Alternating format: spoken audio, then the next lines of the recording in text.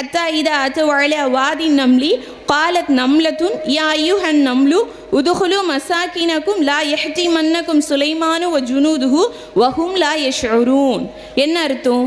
இறுதியாக எறும்புகள் நிறைந்த இடத்திற்கு அவர்கள் வந்தபோது ஒரு எறும்பு மற்ற எறும்புகளை நோக்கி, எறும்புகளே, நீங்கள் உங்கள் புற்றுக்குள் நுழைந்து கொள்ளுங்கள், சுலைமானும் அவருடைய சேனைகளும் அவர்கள் அறியாதிருக்கும் நிலையில் உங்களை நசுக்கி விடாதிருக்கும் பொருட்டு என்று சொல்லுச்சுன்னு சொல்றான்.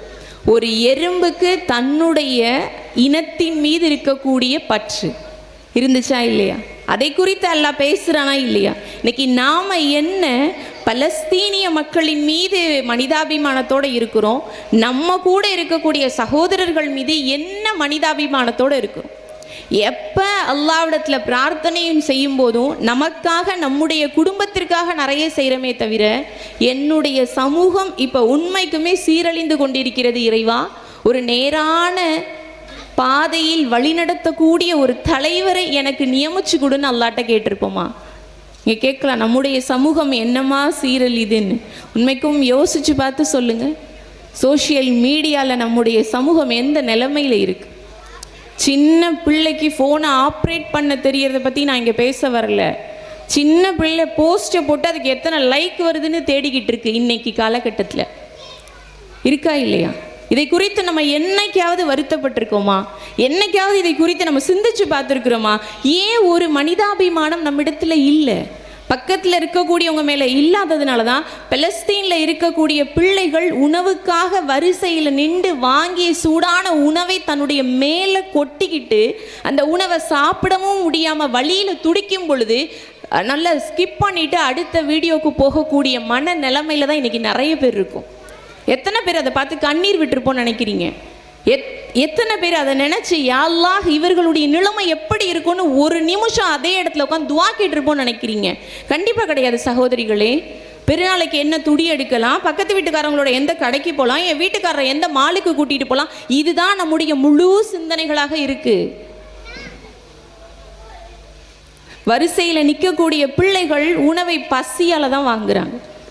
நல்ல செல்வம் படைத்த பிள்ளைகள் தான் வீட்டில் உட்கார்ந்த இடத்துல டைனிங் டேபிளில் விரும்பிய உணவுகள் வரிசையாக அடுக்கப்பட்டு எடுத்து வைத்து கொண்டிருந்த அந்த காலத்தை எல்லாம் மாற்றி வரிசையில் தனக்கு மட்டுமல்ல தன் குடும்பத்துக்கே தன்னால் தூக்க முடியாத பாத்திரத்தோடு போய் நின்று அந்த கொதிக்கக்கூடிய உணவை வாங்கிக்கிட்டு வர்ற வழியில் தனக்கு உணவு கிடச்சிருச்சு, தன் குடும்பத்தோடு நிம்மதியாக சாப்பிட முடியும்னு நினச்சி அந்த குழந்தை அந்த இடத்த விட்டு திரும்புது. அந்த உணவு அதன் மேலே கொட்டி அதை எடுக்கவும் முடியாமல் வழியில் துடித்து கொண்டு நிறைய பிள்ளைகள் இன்னைக்கும் இருக்குது. இதை நம்ம மனிதாபிமானத்தோடு அணுகணும்னா கண்ணீரை சிந்தாமல் எப்படி அடுத்த வீடியோ நம்மளால் பார்க்க முடியும்? அதை பற்றி யோசிக்காமல் எப்படி நம்மளால் நம்முடைய நேரத்தை நகர்த்த முடியும் நீங்கள் நினைக்கிறீங்க? யோசிச்சு பாருங்க. ரசூல் ஸல்லல்லாஹு அலைஹி வஸல்லம் அவர்களுக்கு இந்த மனிதாபிமானம் இருந்தது. என்னுடைய குறைஷி மக்கள் இப்படி இணை வைக்கிறாங்களே, சிலை வணக்க வழிபாடுகளை செய்கிறாங்களே, அல்லாஹ் இவர்களுக்கு ஒரு பாதையை காட்டணுமே, ஏன் இந்த மக்கள் இணை வைக்கிறாங்கன்ற ஒரு மனிதாபிமானம் இருந்தது. அந்த எறும்புக்கு இருந்துச்சுன்னு அல்லாஹ் தஆலா சொல்கிறானா இல்லையா? நம்ம என்ன மனிதாபிமானத்தோட வாழ்கிறோன்றத நமக்கு நாமே கேள்வியாக கேட்டு பாருங்க. நம்மளை பொறுத்த வரைக்கும் மனிதாபிமானம்னு சொன்னால் அந்த வரக்கூடிய வீடியோவை இன்னொருத்தவங்களுக்கு ஷேர் பண்ணி எவ்வளோ கஷ்டப்படுறாங்க பாரு, இது சொன்னால் மனிதாபிமானம் நினைக்கிறோம். சகோதரிகளை உண்மைக்கும் கிடையாது. எல்லோருக்கும் எல்லா விஷயமும் தெரியணுன்றது கிடையாது. ஆனால் இன்னைக்கு மனிதாபிமானமும் கிடையாது, சகோதரத்துவமும் கிடையாது. சகோதரத்துவம்னா என்னன்னு கேட்குற நிலைமையில் நிறைய ஆண்களை பற்றி பேச வரல, பெண்கள்லேயே நிறைய பேர். எப்படிப்பட்ட நபியை பின்பற்றி வாழ்ந்த சமூகம் நம்முடைய சமூகம். உத்தம நபி, உன்னத நபி, அவ்வளோ கருணை உள்ள அந்த நபியை பின்பற்றிய சஹாபாக்கள், சஹாபிய பெண்மணிகள் தனக்கு இல்லாட்டியும் தன் சகோதரிக்கு கிடைக்கணும்னு வாழ்ந்த சமூகம் நம்முடைய சமூகம். இன்னைக்கு நம்மள்கிட்ட என்ன சகோதரத்துவம் இருக்குன்றீங்க? அல்லாஹ் குர்ஆன்ல சொல்றான், இன்னமல் முஃமினூன இஹ்வா, முஃமின்கள் அனைவரும் சகோதரர்கள்னு சொல்றான். ஆனால் நம்ம கிட்ட எப்படிப்பட்ட அந்த சகோதரத்துவம்? ஒரு தண்ணி பாட்டில் கிடைச்சா கூட எனக்கு கிடைக்கணும், என் பிள்ளைக்கு கிடைக்கணும்னு நினைக்கிறேனே தவிர பக்கத்தில் உள்ளவங்களுக்கு அதை கொடுக்கணுன்ற சிந்தனை நம்மகிட்ட நிறைய பேர்கிட்ட இல்லையே. ஏன் இந்த உலக வாழ்க்கை நிரந்தரம்னு நினச்சிட்டு இருக்கோமா? யோசிங்க. சகோதரத்துவத்தோடு நான் வாழ்கின்றேன். நான் பக்கத்தில் இருக்கவங்களை கேட்க சொல்லலை, நாமளே கேளுங்க. எப்படிப்பட்ட சகோதரத்துவத்தை அல்லாஹ்வுடைய தூதர் படிச்சு காட்டினாங்கன்னு சொல்லட்டா? எர்முக் அப்படின்னு ஒரு போர் நடந்தது. அபூபக்கர் ரலியல்லாஹுடைய ஆட்சி காலத்தில் நடந்த போர். இந்த போர் படு உக்கிரமாக நடக்குது. நடந்து முடிச்சதுக்கு பிறகு அல்லாஹ் அதில் அவங்களுக்கு வெற்றியையும் கொடுக்குறான். அந்த போரில் கடைசி கட்டமாக ஒரு அடிபட்டு இருக்கக்கூடிய நிலையில் ஒரு 3 சஹாபாக்கள், அதில் இக்ரிமா ரலியல்லாஹு அன்ஹு அவர்கள் ஒருத்தவங்க, ஹாரிஸ் ரலியல்லாஹு அன்ஹு ஒருத்தவங்க, ஐயாஷ் அப்படின்னு சொல்லிட்டு ரலியல்லாஹு அன்ஹு இவங்க ஒருத்தவங்க. இல்லை இக்ரிமா ரலியல்லாஹு அன்ஹு அவர்கள் அந்த கடைசி கட்டத்தில் உயிர் பிரியக்கூடிய தருவாயில் தண்ணீர் வேண்டும்னு கேட்குறாங்க. இப்போ தண்ணீரை கொடுக்கக்கூடிய அந்த சஹாபி தண்ணீரை எடுத்துகிட்டு வந்து அவங்க கிட்டக்க வரும்போது பக்கத்தில் இருக்கக்கூடிய ஹாரிஸ் ரலியல்லாஹு அன்ஹு அவர்கள் தண்ணீர்னு கேட்குறாங்க. இக்ரிமா ரலியல்லாஹு அன்ஹு அந்த தண்ணியை வாயில் ஊற்றிக்கல, என்னுடைய சகோதரனுக்கு கொடுங்கன்னு அங்கே அனுப்புகிறாங்க.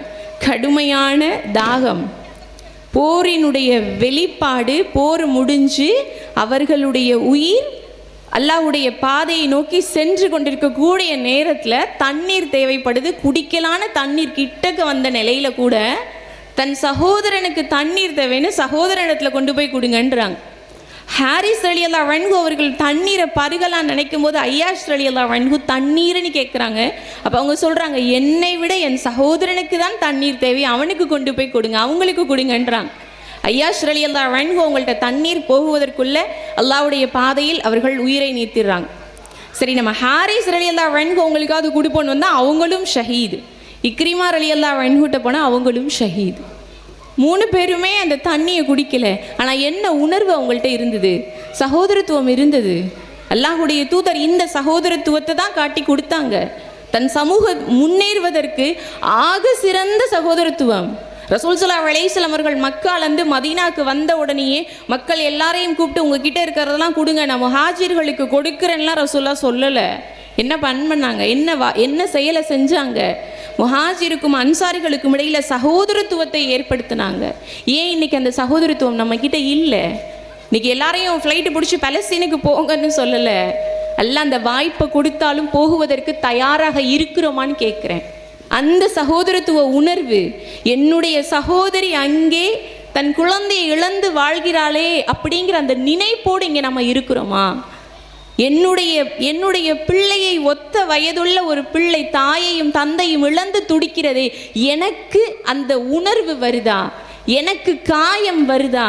அப்படிங்கிறத நான் கேட்குறேன். ரசூல் ஸல்லல்லாஹு அலைஹி வஸல்லம் சொல்கிறாங்க, அல் முஃமினு லில் முஃமின் கல் புன்யான் யஷுத்து பஅலுஹு பஅலா. ஒரு முஃமின் இன்னொரு முஃமினுக்கு கட்டிடத்தை போன்றவன்னு ரசூல் ஸல்லல்லாஹு அலைஹி வஸல்லம் சொல்கிறாங்க. சகோதரிகளே, அல்ஹம்துலில்லாஹ், அல்லாஹ்வுடைய கிருபையால் பலஸ்தீனிய மக்களுக்கான நம்முடைய கண்ணீர் எங்கே அப்படிங்கிற தலைப்பின் கீழே சகோதரத்துவத்தை பற்றி கடைசியாக பார்த்தோம். சரி, நம்மகிட்ட சகோதரத்துவம் இல்லை, மனிதாபிமானம் குறைஞ்சிருச்சு, சகோதரத்துவம் குறைஞ்சிருச்சு அப்படின்னா என்ன நம்மக்கிட்ட இருக்குது அப்படின்னு பார்த்தோம்னா, ரசூல் ஸல்லல்லாஹு அலைஹி வஸல்லம் அவர்கள் இதை குறித்தும் சொல்லிட்டு தான் போயிருக்காங்க. என்ன வார்த்தையை அல்லாஹ்வுடைய தூதர் பயன்படுத்தினாங்க அப்படின்னா, ரசூல் ஸல்லல்லாஹு அலைஹி வஸல்லம் சொல்கிறாங்க, ஸலவாத்து சொல்லிக்கணும். அல்லாஹும்ம ஸல்லி அலா முஹம்மதுன்னு நீங்கள் சொன்னாலும் சரி, ஸல்லல்லாஹு அலா முஹம்மதின் ஸல்லல்லாஹு அலைஹி வஸல்லம்னு சொன்னாலும் சரி, கட்டாயமாக ஸலவாத்து சொல்லணும். நபி ஸல்லல்லாஹு அலைஹி வஸல்லம் அவர்கள் என்ன சொல்கிறாங்கன்னா, அதாவது அந்நாளில் ஒரு தினம் வரும், அந்த தினத்தில் மக்கள் எல்லா திசைகளிலிருந்தும் உங்களை தாக்குவார்கள் அப்படின்னு சொல்கிறாங்க. இப்போ சஹாபாக்கள் கேட்குறாங்க, யா ரசூலல்லாஹ், அன்றைய தினம் நாங்கள் மக்களில் குறைவானவர்களாக இருப்போமா அப்படின்னு கேட்குறாங்க. அப்போ ரசூல் ஸல்லல்லாஹு அலைஹி வஸல்லம் சொல்கிறாங்க, இல்லை, அந்த நாளில் நீங்கள் பெரும்பான்மையானவர்களாகத்தான் இருப்பீங்க, ஆனால் வெள்ளத்தில் மிதந்துவிடும் நுரையை போன்று ஆகிவிடுவீர்கள். உங்களுடைய எதிரியினுடைய உள்ளங்களிலிருந்து உங்களை பற்றிய அச்சம் கலன்றுவிடும். இன்னும் உங்களுடைய உள்ளங்களில் அல்லாஹ் வகுனை ஏற்படுத்தி விடுவான் அப்படின்னு சொல்கிறாங்க. இப்போ சஹாபாக்கள் கேட்குறாங்க, யா ரசூலல்லாஹ், வகுனா என்ன அப்படின்னு கேட்குறாங்க. அப்போ ரசூல் ஸல்லல்லாஹு அலைஹி வஸல்லம் சொல்கிறாங்க, உலகத்தை நேசிப்பது, இன்னும் மரணத்தை வெறுப்பது அப்படிங்கிறாங்க. இன்றைக்கி மனிதாபிமானம் குறைந்து, சகோதரத்துவம் குறைந்து, நம்மிடத்தில் அல்லாஹ் பாதுகாத்த நல்லடியார்களை தவிர மற்ற எல்லோரிடத்திலையும் அதிகபட்சமாக இருக்கக்கூடியது உலகத்தை நேசிக்கக்கூடியது. உலகத்தை